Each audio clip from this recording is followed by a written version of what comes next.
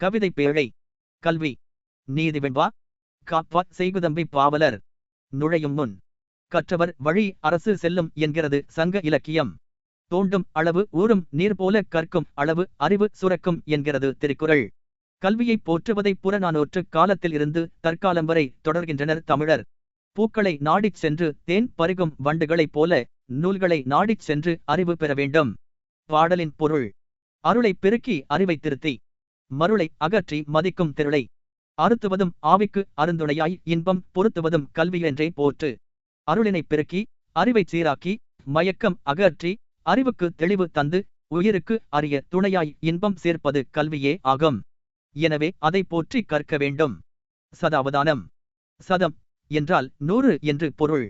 ஒருவரது புலமையையும் நினைவாற்றலையும் நுணறிவையையும் சோதிப்பதற்காக ஒரே நேரத்தில் நிகழ்த்தப்படும் 100 செயல்களையும் நினைவில் கொண்டு விடையளித்தலே சதாவதானம். நூல் வெளி.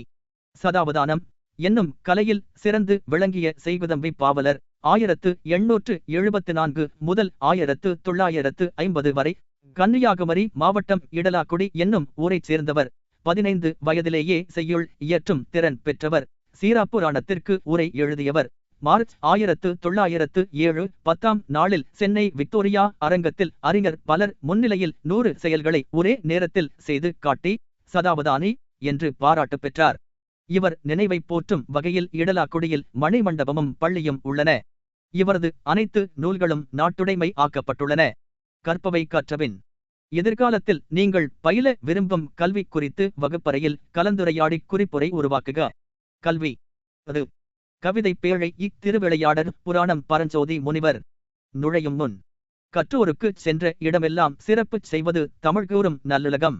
அரசரும் புலவருக்கு கவரி வீசுவர். கண்ணுக்கு எட்டிய திசை வரை தெரியும் நிலங்களை புலவருக்கு கொடை கொடுத்து மகிழ்வர். இறைவனும் அறிவை போற்றுபவன். அறிவாய் நிற்பவன். அறிவிற் சிறந்த புலவருக்காக தூது சென்றவன். புலவரது அறிவுப் பெருமையை உணர்த்துபவன். காண்டம். திரு ஆலவாய் காண்டம் 3. படலம். இடைக்காடன் பிணக்கு தீர்த்த படலம் 56. படல சுருக்கம்.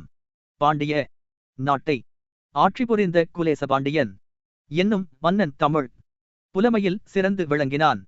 கபிலரின் நண்பரான இடைக்காடனார் என்னும் புலவர் தாம் இயற்றிய கவிதையினை மன்னன் முன்பு பாட அதை பொருட்படுத்தாமல் மன்னன் புலவரை அவமதித்தான். மனம் வருந்திய இடைக்காடனார் இறைவனிடம் முறையிட்டார்.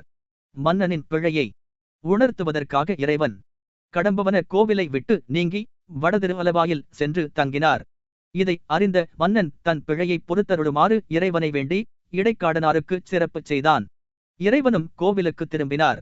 இடைக்காடனார் மன்னனின் அவையில் கவிதை படித்தல். 1 கழிந்த பெரும் கேள்வியினான் எனக் கேட்டு முழுது உணர்ந்த கபிலன் தன் பால் பொழிந்த பெரும் காதல் மிகு கேள்மையினான் இடைக்காட்டு புலவன் தென் சொல் மொழிந்து அரசன் தன்னை காண்டும் எனத் தொடுத்த பனுவலோடு மோரித் தீம் தேன் வழிந்து ஒழுகு தாரானைக் கண்டு தொடுத்து உரைப்பனுவல் வாசித்தான். சொல்லும் பொருளும் கேள்வியினான் நூல் வல்லான். கேள்மையினான் நட்பினன்.